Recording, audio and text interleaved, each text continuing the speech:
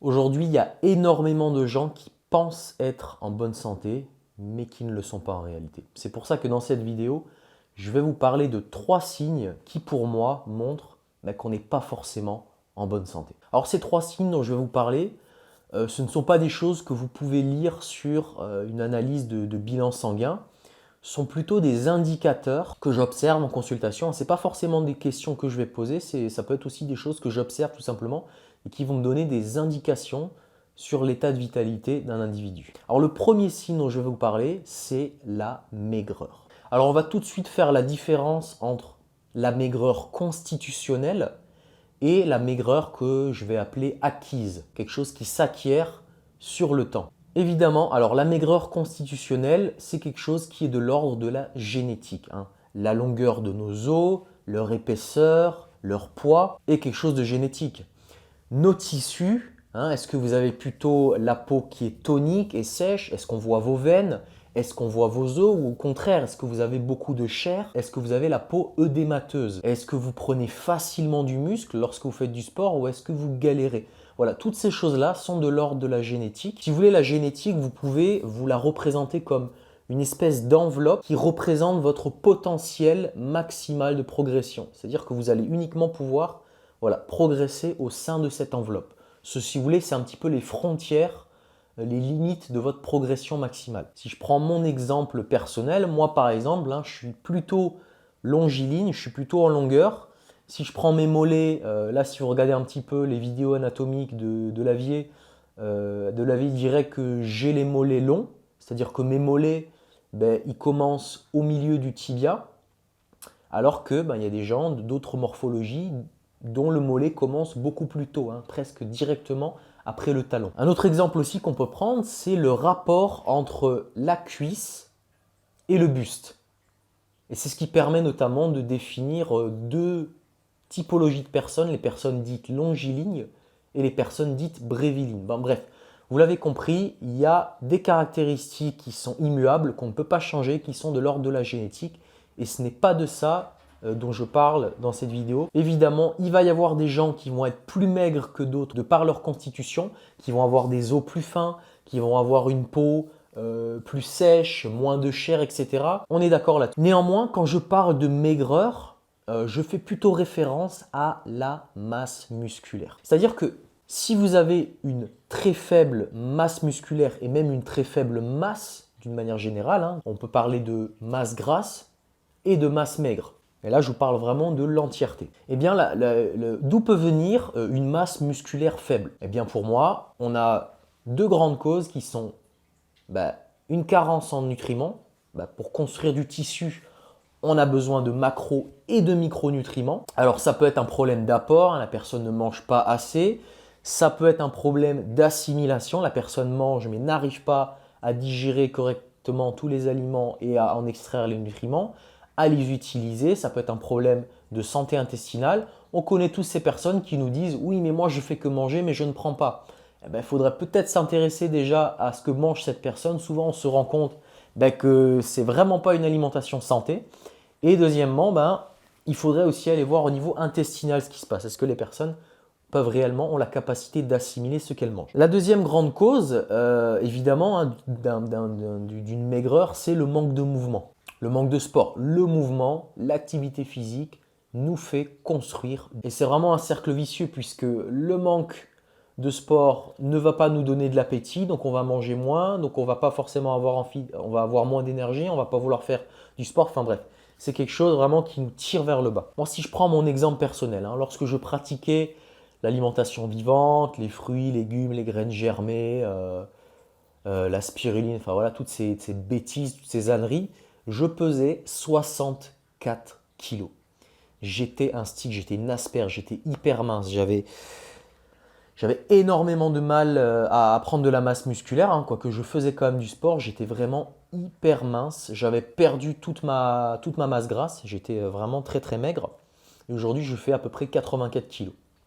Alors évidemment, ce n'est pas 84 kilos de muscles purs, mais moi je me trouve assez harmonieux au niveau de ma masse totale, masse grasse plus masse musculaire, plus masse maigre. Donc tout ça pour dire que c'est possible. C'est possible de prendre du poids à travers une alimentation réfléchie, une activité physique intelligente, et c'est l'objet de ma prochaine formation qui va sortir courant janvier, j'espère, qui s'appellera Plus jamais maigre. Si ça vous intéresse déjà, vous pouvez vous rendre sur mon site et me laisser votre mail pour être au courant lorsque la formation sortira. Donc voilà, un manque de masse musculaire, un manque de masse tout court, une maigreur est le signe d'une mauvaise nutrition ou d'une mauvaise assimilation, d'un manque de nutriments, et également le signe d'un manque d'activité physique. Or, on sait qu'une alimentation intelligente, une bonne alimentation et l'activité physique sont deux piliers fondamentaux de la santé. Donc si vous voulez la maigreur, c'est le signe qu'il y a des choses dans votre hygiène de vie que vous ne faites pas bien. Évidemment, je ne parle pas des maladies génétiques, des maladies rares qui font qu'on est maigre, hein. Je parle vraiment de la personne lambda tous les jours. Il y a encore deux choses que je voulais vous dire à propos de ce sujet. Le premier, c'est méfiez-vous, méfiez-vous, méfiez-vous des influenceurs sur Instagram ou des youtubeurs qui sont très maigres. Je sais que chez les filles en particulier, ça fait un carton, hein, une fille très maigre ou une fille maigre, on va dire, qui a vraiment pas beaucoup de masse grasse, qui se prend en photo en maillot de bain sur une plage à Bali ou en Thaïlande, qui vend des programmes pour la santé ou pour manger plein de fruits, ça fait un carton. Et c'est triste, mais c'est comme ça. Mais j'aimerais quand même attirer votre attention sur le fait que perdre trop de masse musculaire et de masse grasse n'est pas un signe de bonne santé. Un trop faible taux de masse grasse est problématique. On n'est pas fait pour être taillé comme des bodybuilders. On est fait pour avoir du gras. Le gras les graisses ont un rôle important dans l'organisme. Je crois qu'Arte avait même fait un très bon reportage sur ce sujet que je vous conseille d'aller voir. Donc voilà, ne vous fiez pas à ces influenceurs maigres qui ont très peu de masse grasse. Ce n'est souvent pas un bon signe de santé. Et la dernière chose que je voulais vous dire, c'est que je pense qu'aujourd'hui, il y a une espèce de normalisation des physiques, hein. Quand on regarde l'IMC, qui est une aberration qui ne tient en aucun cas compte du pourcentage de muscles, de l'activité physique, de la génétique de la personne, on voit clairement que les physiques qui sont dits normaux sont des physiques de minces, de maigres. Okay, je me souviens que à la pause, hein, quand j'étais à Lausanne, une fois, je discutais avec des camarades de classe et il y a un collègue qui avait acheté le livre de Fabien Moine, de la maison d'édition de Fabien Moine, sur le jeûne. Alors un bouquin très beau, hein, assez intéressant, je l'ai feuilleté un petit peu, ça avait l'air intéressant. Et à un moment donné, je suis tombé sur un tableau. Un tableau qui donnait, en fonction du sexe, homme-femme, et en fonction de la taille, le poids hygiénique normal. Ça veut dire qu'il y avait un tableau qui vous disait, voilà, si vous faites cette taille et que vous êtes un homme ou une femme, eh bien, c'est ce poids-là est à peu près normal. Et je vous dis, mais j'étais choqué des poids qui étaient dans ce tableau. Pour une personne de 1m75, donc moi, un poids normal, dit hygiénique, c'était à peu près 65-66 kilos. Mais c'est un truc de malade. Moi, et je mettrai peut-être une photo de moi, hein, je n'ai pas encore osé, hein, quand j'étais dans l'alimentation vivante, moi quand j'étais un cadavre, et je le dis aujourd'hui, hein, j'étais un cadavre à cette époque-là, je faisais 64 kilos pour 1m75. Et eux, dans ce bouquin, les hygiénistes traditionnels, pour eux, c'est un poids normal. Donc je pense qu'aujourd'hui, il y a, surtout dans le milieu de la naturopathie, voilà, il y a une normalisation que être maigre, être mince, c'est normal, c'est bien. Et moi, je pense tout à fait le contraire. Je pense qu'au contraire, quand on est lourd, on est solide, ça témoigne de présence de masse musculaire. Alors, évidemment, il ne s'agit pas d'être obèse, mais voilà, je pense qu'il y a une normalisation de la maigreur et que ce n'est pas du tout une bonne chose. Le deuxième signe que j'observe pour évaluer la vitalité d'une personne, c'est l'humeur. Alors qu'on s'entende, hein, on peut avoir chacun dans notre vie des moments difficiles, des moments de stress, des deuils, des séparations, voilà, des moments douloureux qui font que voilà, on a un peu le cafard pendant plusieurs jours, quelques semaines, des fois. Mais ça, c'est quelque chose qui vient de l'extérieur. Et on ne peut pas y échapper. Néanmoins, là, je vous parle de l'humeur quotidienne d'une personne.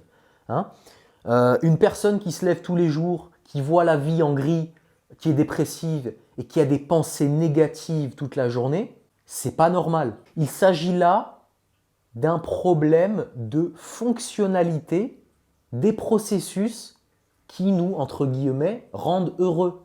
Et c'est quoi les processus qui nous rendent heureux? Eh bien, ce sont des processus qui concernent les hormones et les neurotransmetteurs. Donc, quand on regarde quelles peuvent être les causes d'un dysfonctionnement hormonal ou au niveau des neurotransmetteurs, première grande cause, on revient toujours aux bases, c'est toujours pareil, la nutrition. Si vous n'avez pas les acides aminés et les micronutriments pour construire, synthétiser vos neurotransmetteurs et vos hormones, eh bien, vous allez vous sentir mal. Vous n'allez pas vous sentir heureux, vous allez vous sentir dépressif. Autre cause aussi, c'est l'augmentation de la toxicité, de la toxémie du corps. Si vous vivez dans la ville, que vous n'allez jamais dans la nature respirer l'air frais, parler aux arbres et tout, je sais qu'il y en a qui font ça dans la naturopathie, ils vont parler, ils vont faire des câlins aux arbres.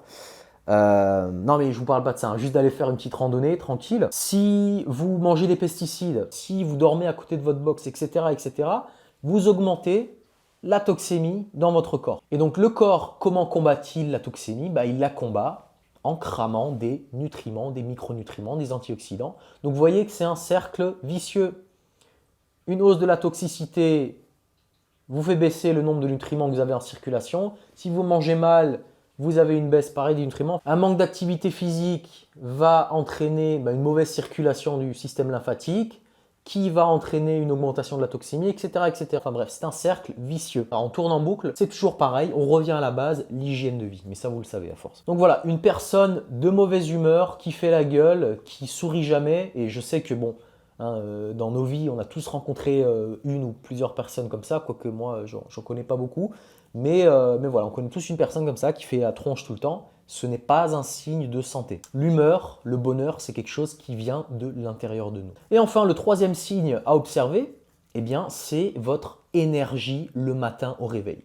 Donc là, généralement, en consultation, je pose toujours cette question. Je dis, quand vous vous réveillez le matin, vraiment, quand vous ouvrez les yeux, mettez-vous une note sur 10 qui évalue votre niveau d'énergie. Et je ne vous parle pas une heure après, quand vous avez bu 2 cafés, quand vous êtes dans la voiture, déjà sous stress. Je vous parle vraiment au moment où vous vous réveillez.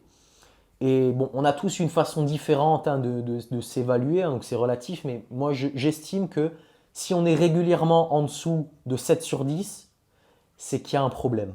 C'est qu'il y a un problème à régler. Inutile de vous rappeler l'importance fondamentale du sommeil pour une bonne santé. D'ailleurs, Santé de Fer, David de Santé de Fer avait une belle métaphore à ce sujet. Il disait que une bonne nuit de sommeil, c'est prendre de l'élan pour mieux sauter. Et c'est vrai, un bon sommeil va vous garantir une bonne journée, plus productive, avec plus de bien-être. Vous aurez des meilleures performances physiques, vous ferez tout mieux. Et ça, il l'a dit au cours d'un super entretien que je vous invite vraiment à aller voir. C'est le dernier entretien qu'il a fait sur YouTube avec Nomad Slim. Donc vous allez sur la chaîne de Nomad Slim et vous regardez l'entretien avec David, c'est une pépitasse. Et c'est pas un hasard, la nuit, le corps est au maximum dans l'élimination des toxines, il va éliminer les acides, il va bosser sur les radicaux libres, il va essayer d'éliminer les pesticides, les résidus de la digestion, bref. Il y a l'élimination et il y a la reconstruction au cours de la nuit. Et du coup, on va le sentir tout de suite lors du jour qui va suivre. Donc un mauvais sommeil affecte votre santé sur tous les plans. La libido, on a moins envie de faire l'amour, ce qui est vraiment catastrophique. La libido, on fera une vidéo aussi un jour, c'est un vrai sujet. La libido est un très bon indicateur de la santé, de la vitalité d'un individu. Le sommeil affecte votre humeur, votre concentration, vos performances physiques et même vos comportements alimentaires. Bref, le sommeil, c'est super important. Donc voilà, en conclusion, ce que je voulais vous dire, c'est que à vous, de toute façon, vous ne pouvez pas vous mentir. Aux autres, on peut raconter des salades. On peut leur dire qu'on s'est mis à l'alimentation vivante, on s'est mis au végétalisme, on s'est mis à une alimentation bourrée de fruits, on mange quasiment que des fruits et qu'on se sent super bien. À vous, à eux, même ces gens-là ne peuvent pas se mentir. Et de toute façon, moi, je vais vous dire honnêtement, ça me bute. Je vois des naturaux, des gens qui vendent des formations sur la santé naturelle, ça pullule sur Internet. Des gens qui font des centaines de milliers de vues, mais vous les regardez, mais, excusez-moi du terme, ils ont un corps de lâches, ils sont maigres comme des asperges, ils font la gueule tout le temps, il y en a qui font la gueule tout le temps, je ne citerai pas de nom, vous les trouverez vous-même, et il y en a même qui ont des cernes. Donc apparemment qu'ils ne dorment pas très bien.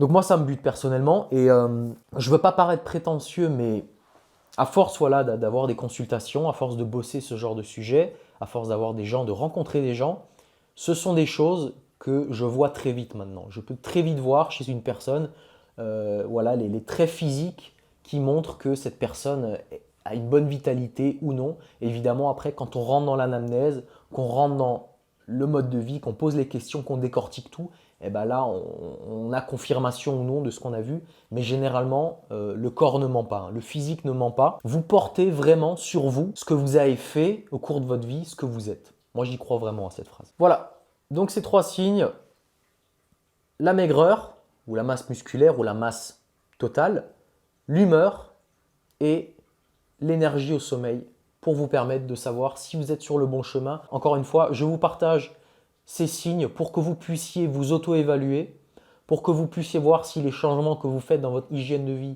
vous amènent vers la santé ou vous en éloignent. Je vous dis à plus sur Vitaly TV. Allez, ciao!